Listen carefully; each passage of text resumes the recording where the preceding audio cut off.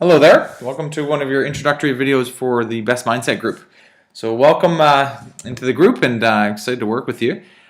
The purpose of this video is to really get you started in understanding how to make money in your business. I think a lot of people have a passion for what they do. They're very focused on their product and service, and unfortunately forget one of the most important pieces of making money is getting it in the client's hands. Ultimately getting your product or service in front of the client and getting them to make up some buying decisions. So a huge part of Best Mindset Group is really helping you take somebody from I don't know who you are to yes, here I'll buy from you. And without clients, without people to take through that process, you can have the best product or service in the world, but you'll never make money from it, right? So I watch a lot of people, they'll get really excited, they'll build their product or service, they'll get it all ready for the marketplace, they'll release it, and nobody buys it. And they're like, oh shoot, what do I do? Well, by default, because it's very emotional for them to think maybe I've done something wrong, maybe I'm not as good as I thought I was, they'll go and improve the product or service. Well, the Best Mindset Group, my whole intention is to shift your focus from doing that every time you have failure or have challenging challenges, and start to focus more on how can you improve your sales funnel. And so what we're going to do in this video is I'm going to show you how not only to build the sales funnel and all the components in that, but to have one fully built by the end of this video so you can walk into the Best Mindset Group and you're going to know exactly how to take somebody from I don't know who you are to yes, I will buy from you. Essentially what I'll do is I'm going to help you get clients to buy from you, and to make it very process driven so you know exactly how to do it and you can feel comfortable saying, you know what, I know how to make money in my business. That's my goal by the end of this video actually, which is pretty cool. So the outcome of this video ultimately is you know what a sales funnel is, and ultimately you have one built for your business. So the outcome again, so you know what a sales funnel is and that you actually have one built for your business. So I'm just going to start with that. So essentially I'm going to define for you what a sales funnel is, and it's the process of getting a client from basically, like I said earlier, a client or a prospect from I don't know who you are, so the bunch of people who maybe have never heard from you, never seen you before, there's basically just people out in the marketplace, to yes, here's a check for X amount of dollars to work with you or to buy your product. So to take a person from I don't know who you are to giving you money, it doesn't just happen overnight. It doesn't just happen because somebody sees you and they'd like to buy from you right away. There's a process that has to happen. And that's what we're going to go over today, so that you can start to put people into that process, and then you can basically, I call it like a sales machine. You can basically pump out clients from it, which is pretty cool. So you can see on my screen here, there's a little bubble here. And this is where it all starts. It ultimately starts with, before you even get out into the marketplace, knowing exactly where to go, what to do with the right types of people, and really being targeted. Some people love to market to everybody and anybody. The key is to get rich in your niche, or get rich in your niche, as Colin says. And it's so important that we figure out exactly who our ideal client is, who the people who pay us the most, respect us, love us, refer us, get so much value out of what we do. We know who they are and we know everything about them. So I've got another video on the Best Mindset Group I'm going to attach to the link in this description. But if you're not sure how to prototype or how to find your ideal client, or you don't have an ideal client, you're not sure which that is, I want you to also watch that video. So you got some work to do here. But by watching that video, you're going to have an extremely good idea of what your demographics is and what your psychographics is. So your demographics and your psychographics are essentially the two things that kind of hold together what an ideal client is. Demographics is kind of where they live, what they spend their money on, things like that. Psychographics is how they think, their emotions, their needs, things like that. So I won't go into detail in this video, but essentially what I'll say is if you do not have an ideal client, or you're not sure what that is and you don't have good details on it, you're going to want to watch the link in the description on your ideal client, or finding your avatar is actually what it is. So once you've got that, what you're going to have from that video, or if you already have it, is a very good idea of where your people hang out.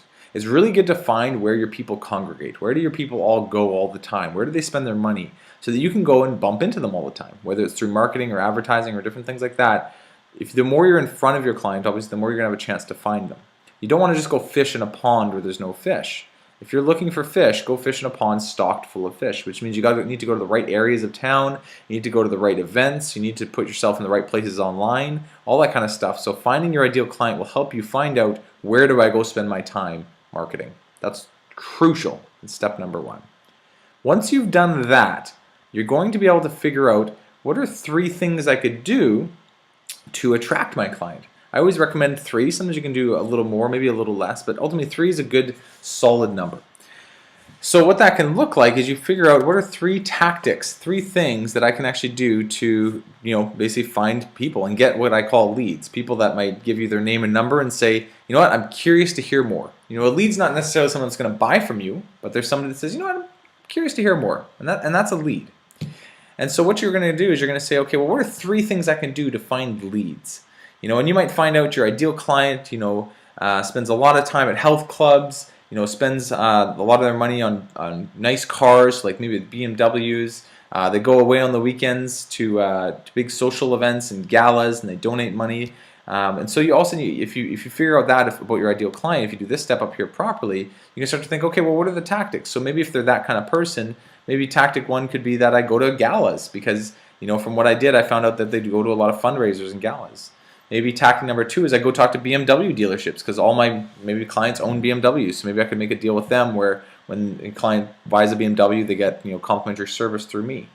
And maybe something else is if they're going away on weekends and doing different things, like where are they going on those weekends and trips, excursions? How can I maybe be a part of those things? So once you've got those 3 tactics down, you want to look at them and make sure that you're not just being passive all the time. So I'm going to give you an idea of what this looks like. But when you market a business, there's passive marketing and there's active marketing. And if you notice here, I've got active, and 1 passive. You want to have basically 3 tactics, 2 that are active, and 1 that's passive. So the 2 active ones are, like I said, calling people, meeting people, networking, interacting, speaking online or speaking on stages.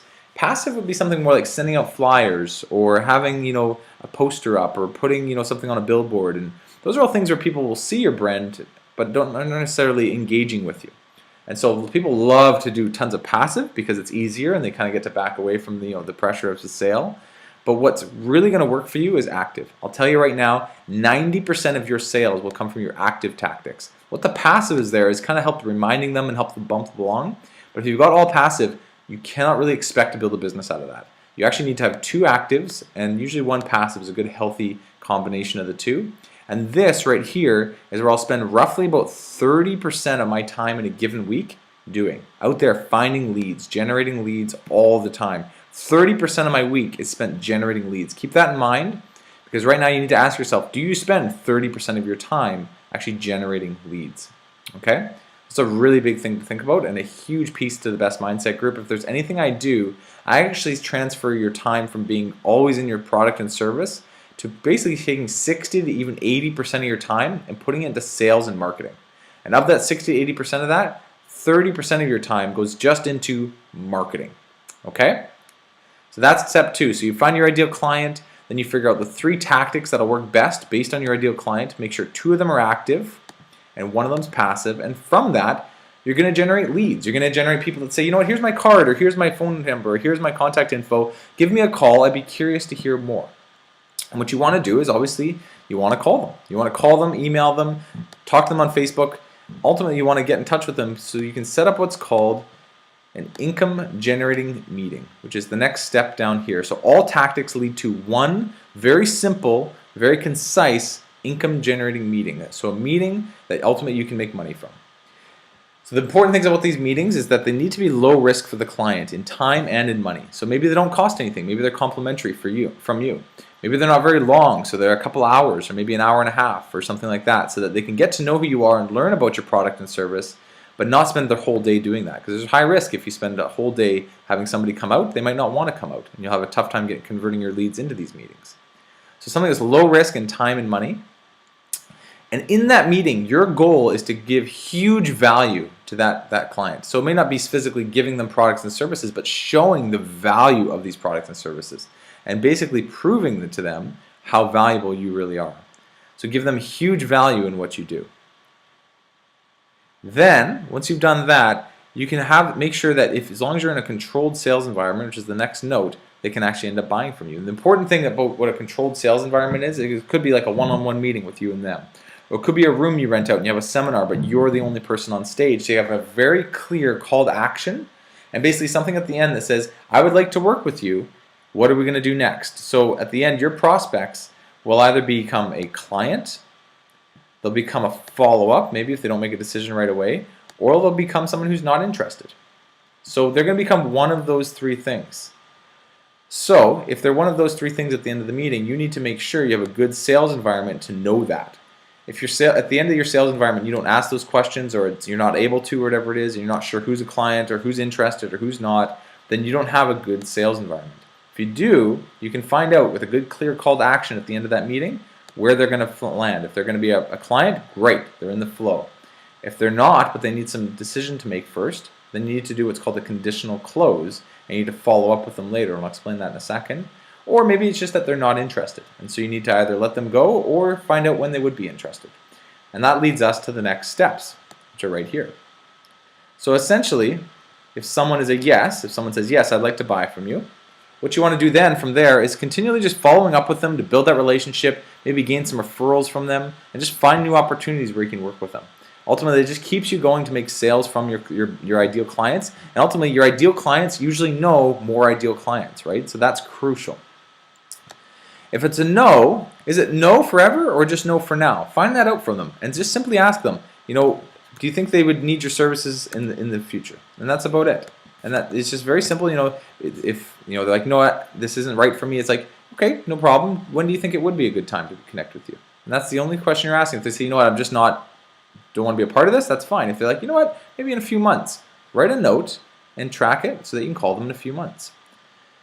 And then the other thing, sometimes you'll leave the end of that meeting and people will say, well, I'm kind of ready, but I have this one thing to make, decision to make first, or I'm not sure right now. Find out what that one thing is. So maybe it's I got to talk to my wife first, or I got to look at my finances, or whatever it is. Say, oh, great. So all you need then, just clarify with them. So all you need is to do that one thing. They're like, yeah, just that one thing. Be great. So why don't we set up a meeting or a call for, say, a couple days from now. Go find out that one thing, and then as long as that one thing flies, let's get you in. And that's what's called a conditional close. It's like, I'm going to close you on that one condition. And you're getting their commitment to say, yeah, you know what, as long as that one thing's taken care of, I'll join you, or I'll buy your product, right? So that's called a conditional close. So you're going to follow up with them. You're going to establish that conditional close before they leave the meeting, this meeting over here with you. You're going to set a clear date and a clear time that you guys are going to either meet over the phone or in person, and establish some accountability to that. I expect your decision to be made by the time we meet again. It's okay if it's a no, but I expect a decision by the time we meet again. And that way you can have clear follow-up with these people. Okay? And that's essentially the basics of a sales funnel. So you're taking them from, I need to find my ideal client. I'm going to go find them and generate a bunch of leads. They don't know who I am, though. Here, they get to find out who I am and get huge value from me and get to make a buying decision. And then they end up in one of these three categories. And then what am I doing this whole time is this little thing over here on the side called follow-up. So right from becoming a lead to going to my meetings to any of these decisions, I'm constantly calling them, emailing them, following up with them, and keeping them basically going forward. Because otherwise, out of sight, out of mind. And if I keep working with them, I can keep them moving, or I keep myself moving up their priority list. Some people think, okay, well, following up with somebody once is good enough, maybe twice. Ooh, 3 times might be the max I'll follow up with somebody. It takes 7 to 12 follow-ups to have somebody buy from you. That's the reality in today's sales environment. To get somebody going from a lead to consistently people buying from you, it takes 7 to 12 times on average. So keep that in mind. It's essentially you're just going to be building the relationship with the person always calling and following up, maybe emailing them sometimes, maybe poking them on Facebook and sending them some messages, whatever their ideal follow-up method is. But through this whole sales process, you have to continually be following up at all times, 7 to 12 times per client. That's not all at once, but that could be over the course of 6 months, right? Then, based on what decisions they make, if they're down here and they're a no, or if they're a follow-up, or if they're a yes, same thing down here. You want to follow up with your kind of closed sales funnel. So again, you're staying top of mind and you're just seeking new sales opportunities with them at any given time.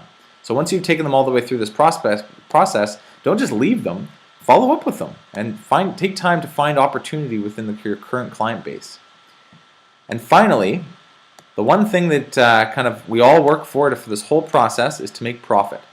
So one of the most important things you can do is when you do get these sales, figure out on average how much one sale is worth to you. So maybe you have like a $10,000 sale and like a $500 sale and a bunch of other, a couple $1,000 sales.